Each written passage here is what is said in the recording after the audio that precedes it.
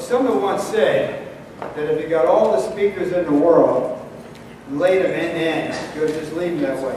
And they only gave me a few minutes, so I hope you won't feel that way by the time that I finish. Let me begin by congratulating all of those recipients that are going to receive awards tonight and all of those who are graduating.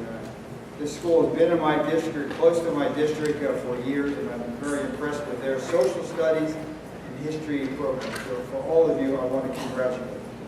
I want to give an award tonight to Garrett Allen. It's the National Heritage Scholarship Award, and it's based by the Dancy Foundation. Mr. Dancy is here on the following. He said, George Washington, who was our greatest president, George Washington, in his 8th annual message to Congress, said, a quote, a primary goal should be the education of our youth in the science of government. In a republic, what duty is more pressing than communicating to those who are to be our future guardians and liberties of the country?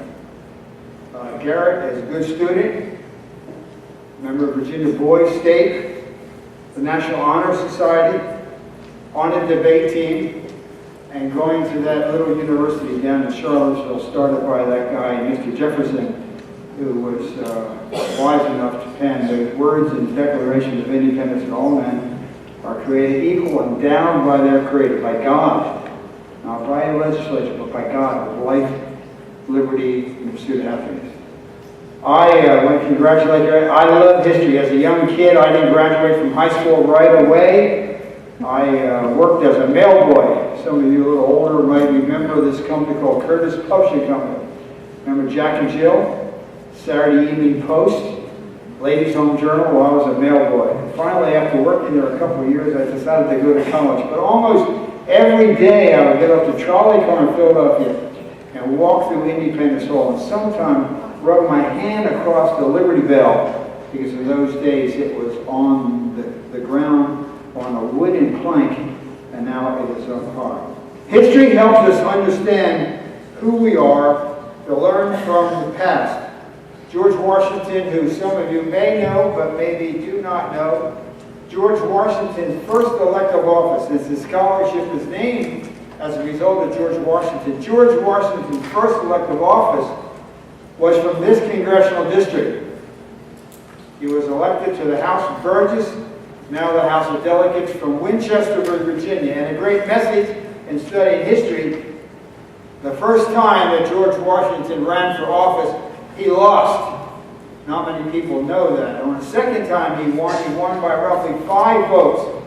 And a man, they voted in those days by voice, and a man stood by the side that this county is named after, Lord Fairfax, who was buried in the Episcopal Church. And only if it had not been for that running the second time, we would not have had George Washington as our president. We can learn, and Garrett will be able to tell you when he graduates, we can learn from the past. One of the greatest books is the story of the Constitutional Convention by Catherine Drinker Bowen. Now, we know Washington was a great general. Had he not been there at crossing the Delaware down to 3,000 people, the outcome may have been different. We know that he was the greatest president of the United States, and I have a bill in to change President's Day to now be George Washington's birthday. And like all of you, you celebrate your birthday on your day, and we want to celebrate George Washington's birthday on February 22nd on his birthday. But what not many people know is Washington presided over the Constitutional Convention in that hot, hot summer of 1787 in Philadelphia. It was sort of like yesterday when it was steamy hot, and imagine how hot you were yesterday, and they kept the windows and the doors closed in the room where the Constitutional Convention was being discussed. And Ronald Reagan said that the words in the Constitution were basically a covenant with the rest of the world. They were a commitment that we were making to the rest of the world. They were not just for the people in Philadelphia in 1787, but were for the rest of the world. And as we study history, there's so much to learn.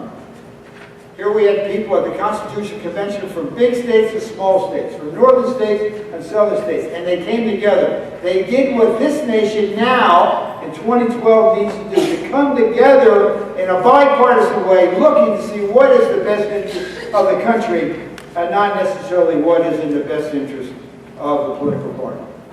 And in closing, and I won't read it to you, the story goes from Mr. Madison from Montpelier wrote a letter to Mr. Jefferson, who founded the school that Garrett's going to go to. And in the letter he said the following: as Ben Franklin was signing the Constitution, Franklin began to weep. And Franklin said, as I looked at the chair that George Washington used to sit in, and in Washington's chair, you can see it when you go to Independence Hall, or you can see it when you come to the Capitol and come out of the House chamber and look up at, there was a sun painted on the back of Washington's chair. And Franklin said, I never knew if it was a rising sun or a setting sun. He said, now with the signing of the Constitution, I believe it's a rising sun. Every politician, every leader loves to say, America's best days are yet ahead, and the sun has barely begun to rise on the country. For that to be so, so the 21st century is the American century, and Garrett's generation and all of you out there make it to be the case. There's so many things we have to do that we can learn from history. And once we learn those lessons from history, we can honestly say, the sun has barely begun to rise on our country, and America's best days are yet ahead. Garrett, I congratulate you on awarding this, getting this scholarship. As a father of 5 kids, I wish my kids had gotten a scholarship to this amount, but they did not, so I paid for their graduation. For all of the rest of you, congratulations, graduating.